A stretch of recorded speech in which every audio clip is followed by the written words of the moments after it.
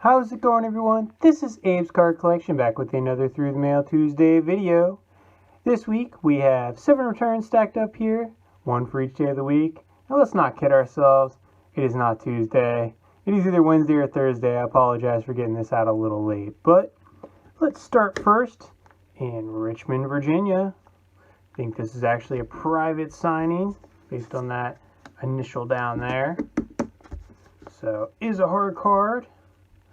Probably gonna have to pull it off to the side for just a second, but I hope your mailboxes are full as well. Yeah, this is a good one. I like this one. Let's see. I can show there. Corey Patterson on a 2006 Topps. Pull this over here as it has a bunch of sticky notes and stuff on the back. Let's see here. Oh, they're sticking together because of the sticky notes. Oh boy. Got an Allen Ginter as well. Let's pull these over here. A Corey Patterson. Really nice Allen and Ginter. Just making sure I touch the autograph there. Always worried I'm going to smudge it even if it is on there well. But look at that. 2006 Topps, 2007 Allen and Ginter. Nice little signature there for Corey Patterson. Almost wish he did this one a little bit up here, but I understand why he did it where he did it. But Corey Patterson played in the majors from 2000 to 2011, primarily with the Chicago Cubs from 2000 to 2005. He was a top prospect. And when I say top prospect, I mean, I don't know if I want to go as far as Wander Franco, but he was up there. I think Corbin Carroll maybe for today's prospects or so, if you want a comparison. But 252 batting average, 118 home runs, 431 runs batted in, had a bunch of steals to go along with that. Also with the Cubs, played for the Orioles, the Reds, the Nationals, the Brewers, the Blue Jays, and the Cardinals. So very long career for Mr. Corey Patterson. Let's see here. I'm going to check out the spreadsheet. The time it took to sign isn't as important, but the fee does. Mr. Patterson was charging $12 per signature. It was hard to turn that down considering I grew up watching Corey Patterson on WGN with the Cubs, and then on, it wasn't Masson, I can't remember what it was right now, but with the Orioles, I watched a lot of his games there too. So great defensive center fielder, stole a lot of bases, had some pop, great left-handed hitter. Thank you, Mr. Corey Patterson. Love getting those Allen Ginter signed. And I've been getting a lot of 2006 Topps signed. Not for any particular reason other than I have a ton of 2006 Topps because I opened a lot of that looking for the Alex Gordon rookie card, which I was never able to pull. Next return, Kansas City, Missouri. Not Kansas. Slice into the top. I do feel a hard card. Always got to make sure you don't cut into the actual cards. We have something that's been out there a while, Diego Segui. Seen a couple other people get him back. Let's see, it looks like I sent one card, a 1963 Topps. I believe this is his rookie card, but do not quote me on that, as I am not 100% sure. But here he is with the Kansas City Athletics. Nice little throwback. Diego Segui pitched for the Athletics from 1962 to 1965, then spent some time with the Senators, and then went back to Kansas City and helped them move over to Oakland. Spent a year with the Seattle Pilots, then went back to Oakland, so spent a lot of his time with the Athletics organization there. Finished things off with the Cardinals, the Red Sox, and then the Mariners. He did lead the AL in ERA in 1970 with the Oakland A's. Won 92 games in his career with a 3.81 ERA, just under 1,300 strikeouts, and 71 saves. His son, David Segui, signs very well through the mail as well. Let's see here. 1-on-1 success, 168 days. This has been out there a while, but I really do appreciate Mr. Segui getting this back to me. Love how he signs right there on the line. Very cool, very clean signature.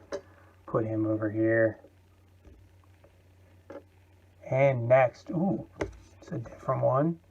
The Alaskan Frontier. Never gotten a return from the Alaskan Frontier before. Oh, what do we got here? This might mean something to somebody else out there. But Alaskan Frontier, who is this? Guess somebody was taking a vacation and took their mail with them. Looks like we have Billy Sample. Alright, I'm pretty sure I sent these to New Jersey, but an 84 tops, an 86 tops, and an 87 tops. Really nice signature for Billy Sample. 3 of 3, I believe. Very cool. Like that, especially that 86 tops.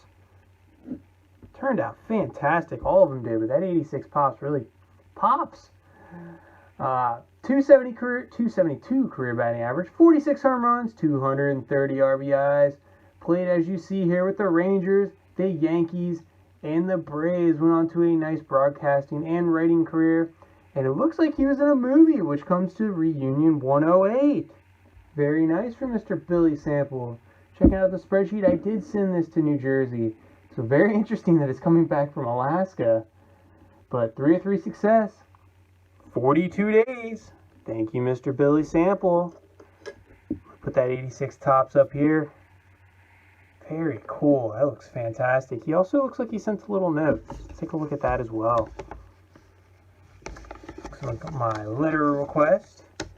Let's see what he put down here.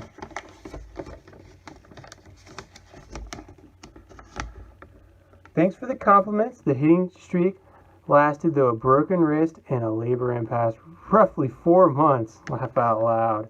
Love that. I did cite his hitting streak in my letter, and I believe it lasted from 82 to 83 or something crazy like that, but very cool. Did also steal 40 bases back in 1983, and that hitting streak came in 1981, 19-game hitting streak, so very cool. I'm going to put that in with the top loader with the cards. Thank you, Mr. Billy Sample. Love that he wrote the note back. Love that it came from Alaska. That is random. I don't know what else to call it, but it's very random. How about North Texas, Texas, Dallas, Texas, old stamp. No hard card. Been out there a while. Let's see what we got. Oh, okay. Did not send it in these penny sleeves. Mike Bassick. Very cool. 2008 tops and like a 1998 maybe? Nope, I lied. Way off. 2000 Bowman Chrome. 2 of 2 success. Now, kind of sent this out there just as I saw his address, but didn't really see returns and figured why not. But Mike Bassick for the, I guess you could say the 2000s. His dad did pitch at some point back before him, so don't get him confused with his dad. But his claim to fame, I don't know if you'd call it a claim to fame, he gave up Barry Bonds' record passing home run of Hank Aaron. Remember watching that at my uncle's house on his couch and just being like, it just didn't feel right. But a little, I think it was Tim Redding came out after and saying he coughed it up so he could get some money for it. And Mike Bassick's like, no, I did not do that. So some people didn't like him for it, but I don't think he did that. I don't know, it didn't seem like it. But that's what Tim Redding said. But Mike Bassick, 10 wins in his career, a 5.46 ERA, 97 strikeouts. Pitched for the Indians, the Mets, the Rangers, and the Nationals. The Nationals his last season in 2007. After that, after giving up that home run to Barry Bonds, he didn't play in the majors anymore. But 109 days, 2 of 2 success. Put it in penny sleeves. Appreciate that. Got his rookie card and his last card signed. Going to add that to the Nationals collection. Not sure if anybody else out there collects just certain teams or really tries to focus on those and gets those obscure players from certain teams. But Mike Bassick for you. What do we have next? Charleston, South Carolina. That one was actually postmarked August 30th. Man. Postal Service, what are we going to do here? Ooh, Ken Anderson. Might make the Hall of Fame someday as a quarterback. 1978 tops and a 1975 tops. I believe his rookie is 1973. But 2 success for Mr. Ken Anderson. Has been a Hall of Fame. I believe this year he was a Hall of Fame finalist, but didn't make the last cut, unfortunately. Most valuable player in the NFL in 1981. Spent his entire career with the Cincinnati Bengals from 1971 to 1986 after being drafted in the 3rd round of the 1971 draft. In addition to being the MVP, he of course was named the Offensive Player of the Year in the NFL in 1981, also Comeback Player of the Year, NFL Man of the Year in 1975, made 4 Pro Bowls, 1975, 76, 81, and 82. Led the NFL in passing yards twice, 74 and 75, passer rating 4 times, 74, 75, 81, 82. And also completion percentage leader 3 times while we're at it. He's a part of the Cincinnati Bengals Ring of Fame and is a Super Bowl champion as an assistant coach with the Pittsburgh Steelers. He was their quarterback coach when Ben Roethlisberger threw that out route to Santonio Holmes and that toe tap won the Pittsburgh Steelers the Super Bowl. If you couldn't tell, I'm a Steelers fan as well as a Nationals fan. I know it's weird. But 8 days, 2-2 success. Should be a Hall of Famer. Pretty cool return. Thank you, Mr. Ken Anderson. Great TTMer. Put that 75 tops up there. Oh, it fell. Okay. And then the 81 tops. 2 returns to go. Phoenix, Arizona. Another late August one. I'm either slow or the post office is. I apologize. No hard card. Brett Butler. All right. Got him here on this 89 Donruss. 91 tops.